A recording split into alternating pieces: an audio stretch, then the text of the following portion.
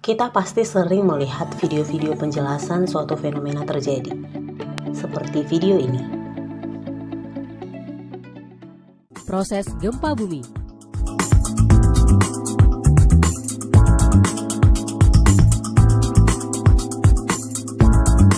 Tahukah Anda apa penyebab gempa bumi? Gempa bumi dapat terjadi karena beberapa hal. Namun yang paling umum adalah tekanan dari lempeng bumi yang bergerak.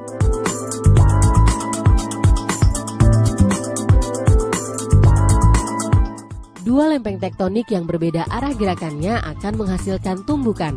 Tumbukan ini yang menimbulkan getaran gempa bumi.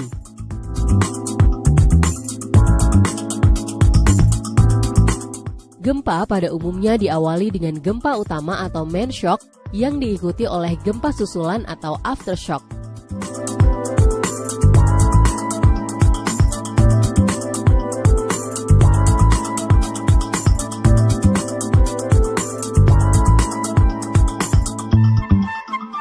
Tanah lunak akan menyebabkan gelombang gempa mengalami penguatan atau amplifikasi, sedangkan tanah yang keras akan menyebabkan pelemahan gelombang gempa atau deamplifikasi. Proses kehilangan kekuatan yang terjadi dalam tanah akibat membesarnya tekanan air pori biasanya disebut likuifaksi tanah. Tanah yang terlikuifaksi tidak dapat menahan berat apapun yang berada di atasnya, baik itu berupa lapisan batuan di atasnya ataupun bangunan, yang akhirnya mengakibatkan hilangnya daya dukung pada pondasi bangunan.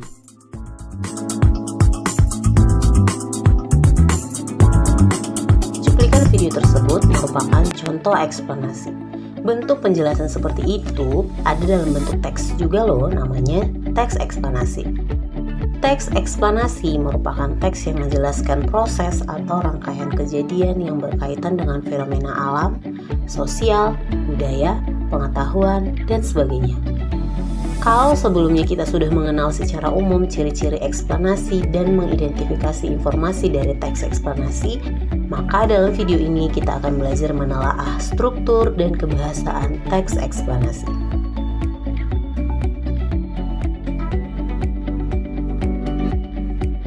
Sebelum mengenali struktur atau bagian-bagiannya, coba kita perhatikan contoh teks eksplanasi berikut.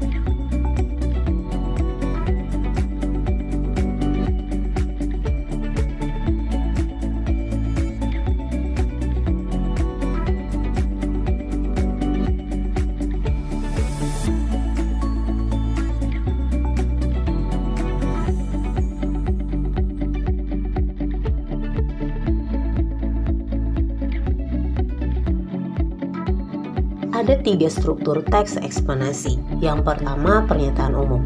Bagian ini berisi penjelasan umum tentang fenomena yang akan dibahas, bisa berupa pengenalan fenomena tersebut atau penjelasannya. Dalam contoh teks eksplanasi yang sudah kita baca tadi, penjelasan umum terdapat pada paragraf pertama. Isinya berupa gambaran secara umum mengenai pengertian tsunami, baik dari asal-usul kata menurut pendapat para ahli maupun pengertian yang diambil dari beragam buku pengetahuan. Mari kita perhatikan kutipan berikut. Dari pernyataan umum ini, kita menjadi tahu hal apa yang akan dibahas dalam keseluruhan teks. Struktur ini disebut juga sebagai pengantar. Struktur yang kedua adalah deretan penjelas. Bagian ini menjelaskan proses mengapa dan bagaimana peristiwa bisa terjadi atau tercipta. Selain itu, deretan penjelas juga mendeskripsikan dan merinci sebab akibat dari peristiwa tersebut, sehingga tidak heran jika pada bagian ini jumlah paragrafnya lebih dari 1. Coba kita perhatikan paragraf 2 dan 3 dari teks eksplanasi yang sudah kita baca sebelumnya.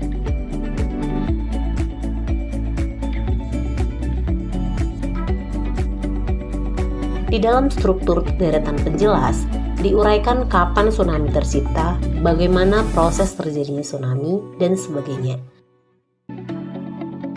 Struktur yang ketiga adalah interpretasi.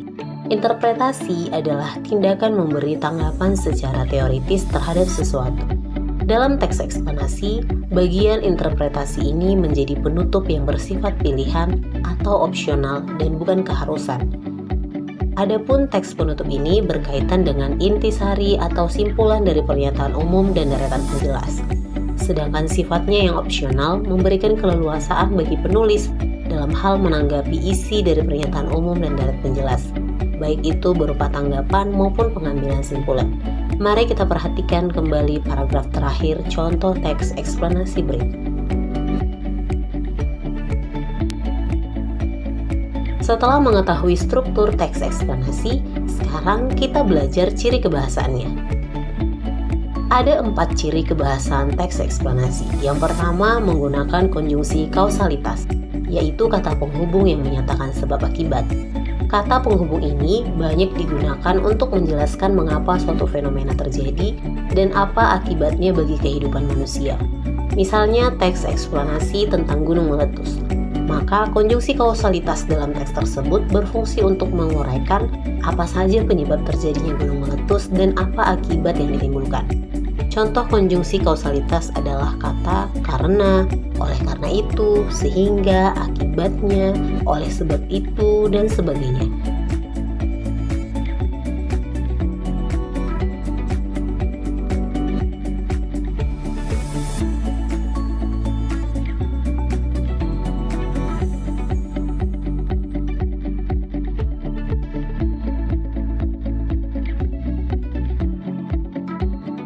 Kebahasaan teks eksplanasi yang kedua yaitu menggunakan konjungsi kronologis.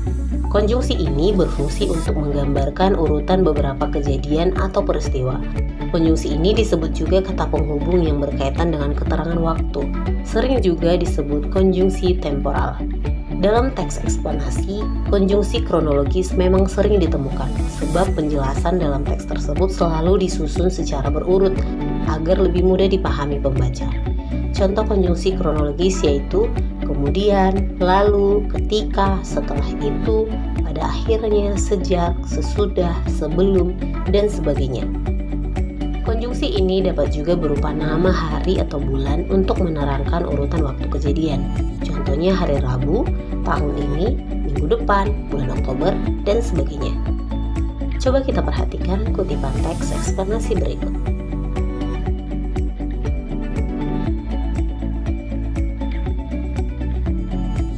Kebahasaan teks eksplanasi yang ketiga adalah menggunakan kata benda atau nomina yang merujuk pada jenis fenomena, kejadian, atau peristiwa tertentu. Mengingat teks eksplanasi adalah teks yang menjelaskan proses terjadinya suatu peristiwa, maka tentu banyak ditemukan kata benda sesuai dengan topik yang dibahas. Kalau yang dibahas tentang gunung meletus, maka yang termasuk kata benda jenis fenomena adalah gunung. Contoh kata benda jenis fenomena yang lain adalah gerhana, hujan, pelangi, tsunami, tanah longsor, dan sebagainya. Perhatikan kutipan teks eksplanasi berikut.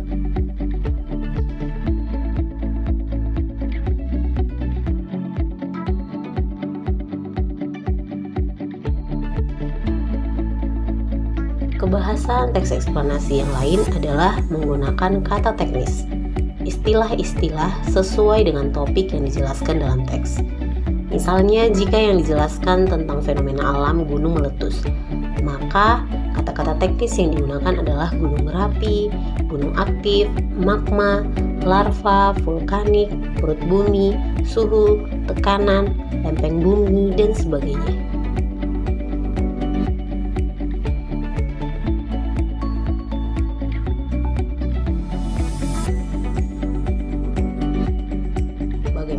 Sudah paham tentang struktur dan kebahasan teks eksplanasi?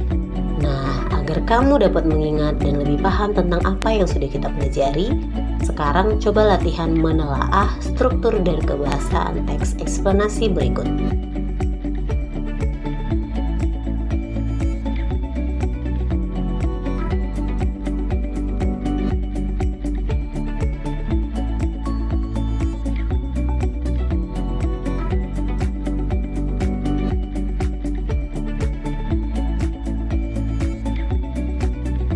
Jelaskanlah letak struktur teks eksplanasi tersebut secara rinci. Dan yang kedua, tulislah kutipan kalimat dari teks tersebut dan tandailah kata-kata apa saja yang termasuk ciri kebahasaan teks eksplanasi.